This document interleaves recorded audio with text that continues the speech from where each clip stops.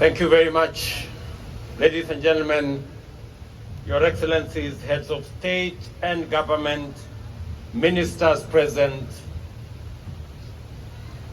distinguished participants, delegates, the people of the great city of Nairobi and Kenya, good afternoon. Jambo. Jambo. I'm not hearing it clearly. Jambo. This week, African leaders from government and the private sector, as well as academic, scientific, technological, philanthropic, and civil society sectors converged in Nairobi to confer, consult, deliberate, and formulate consensus on a clear, new, bold, innovative, transformational, and distinct African position on how the international community must engage with the undeniable climate emergency that is threatening human well-being and life on our planet.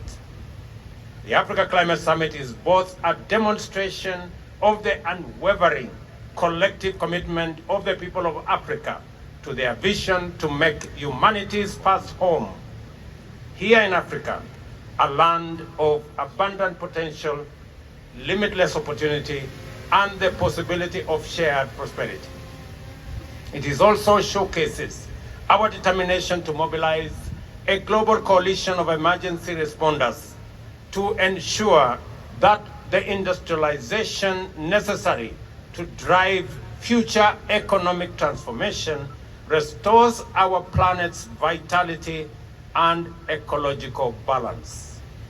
At the summit, our shared understanding became clear that Africa is not only the cradle of humanity, it is indeed the future, and that we are the last frontier of untapped potential in the form of hundreds of millions of young men and women who are educated, skilled, motivated, innovative, ready and willing to drive the enterprises and industries that will unlock the possibilities promised by our immense endowments of natural assets, mineral resources, and green energy potential in order to unleash opportunities and prosperity for Africa and the world on an unprecedented scale.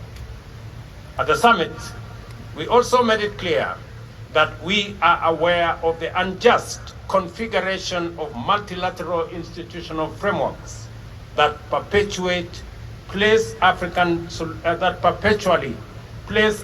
nations on the back foot through costly financing, which plunge our economies into debt trap and deny them resources needed to mitigate and adapt in response to climate change, invest in energy transition, and facilitate industrialization to create jobs and wealth, and to reduce inequality. As a continent, we have developed our common position, which encapsulates our ambition for socio-economic transformation and our climate action agenda.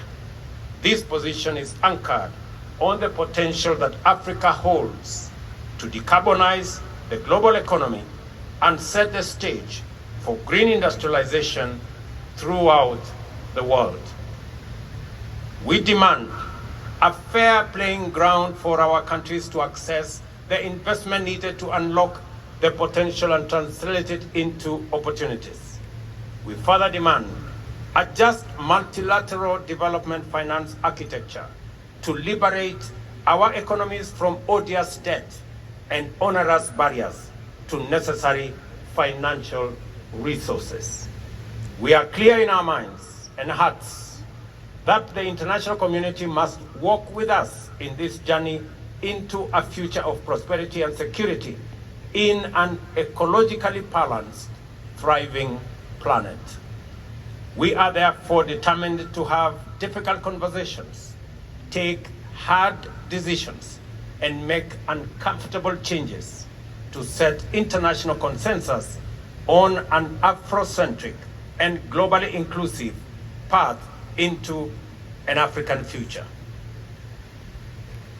On a continent as young as Africa, it is impossible to imagine the future without the youth.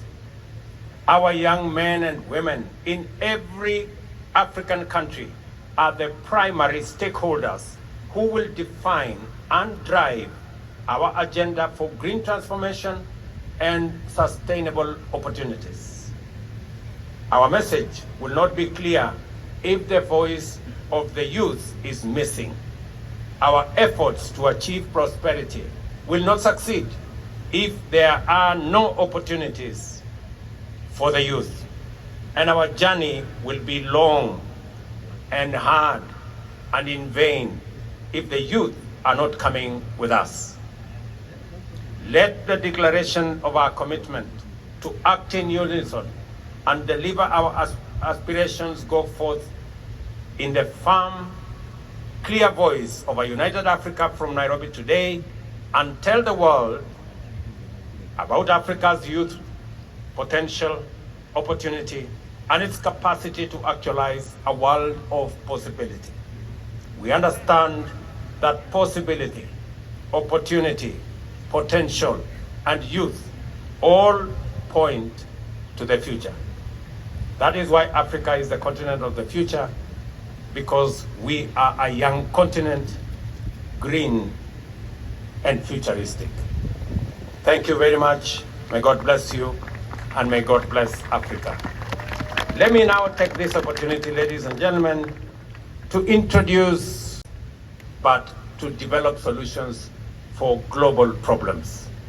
We are very confident that going into the future, starting from Nairobi to New York to UAE, our message will be clear, our message will be forthright, and our message will be firm. Let me introduce my good brother, the Africa Union Commission Chairman, Musa Faki. Pigeni makofi jameni. Let me also introduce my dear sister, right here, the President of Ethiopia, my dear sister, Saleh Walker Zewde. She's here. Let me also introduce my brother, who just joined us last evening, the President of Chad, Idris Deby Itno. Thank you very much, my brother, and welcome to Nairobi. Let me also introduce my brother from Sierra Leone has just left. Let me introduce my elder brother, the President of Djibouti, the one and only Mzee Omar. Tupige makofi jameni. Thank you very much, Mzee, for standing in, being with us all the while. Your advice has been phenomenal. Let me also introduce the old man in a hat, the President of South Sudan, President Salva Kiir Mayardit. Thank you very much, Mzee. I know you have taken time with your advice, patiently nudging us on until the final full stop was put in the declaration. Asante sana. Let me also introduce in our midst a great revolutionary,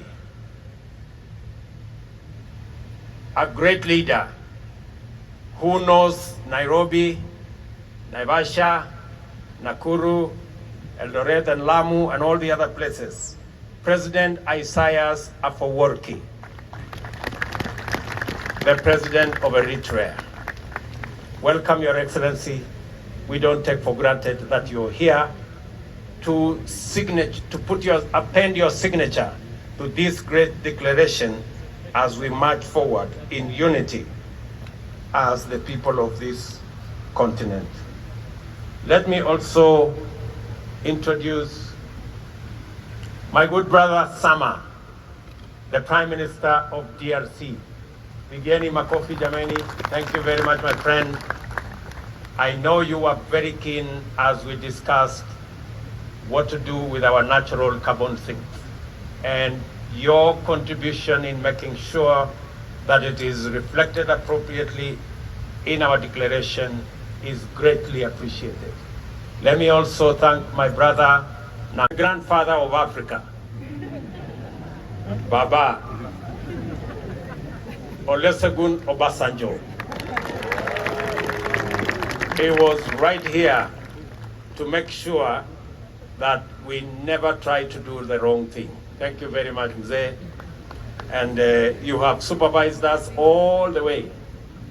I tried to persuade him that we can do the rest alone, and he said no, just in case you make the wrong step last minute. So that's why he is here. Let me also recognize my brothers ministers who are here.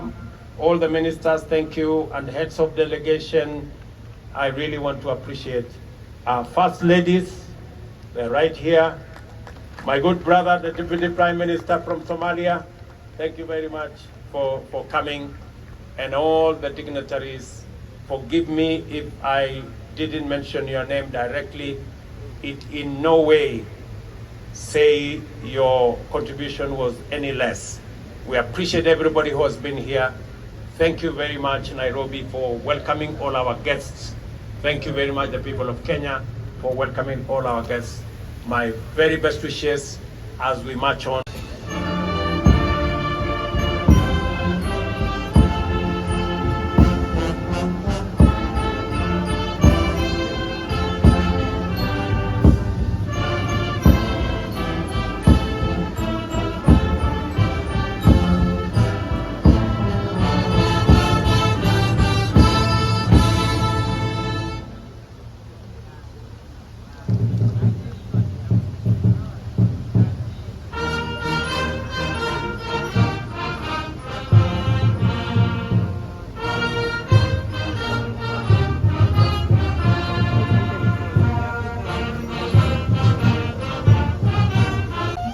Have yourselves a good afternoon. God bless. Take care of yourselves and each other. I am part of the solution. You are part of the solution. Africa.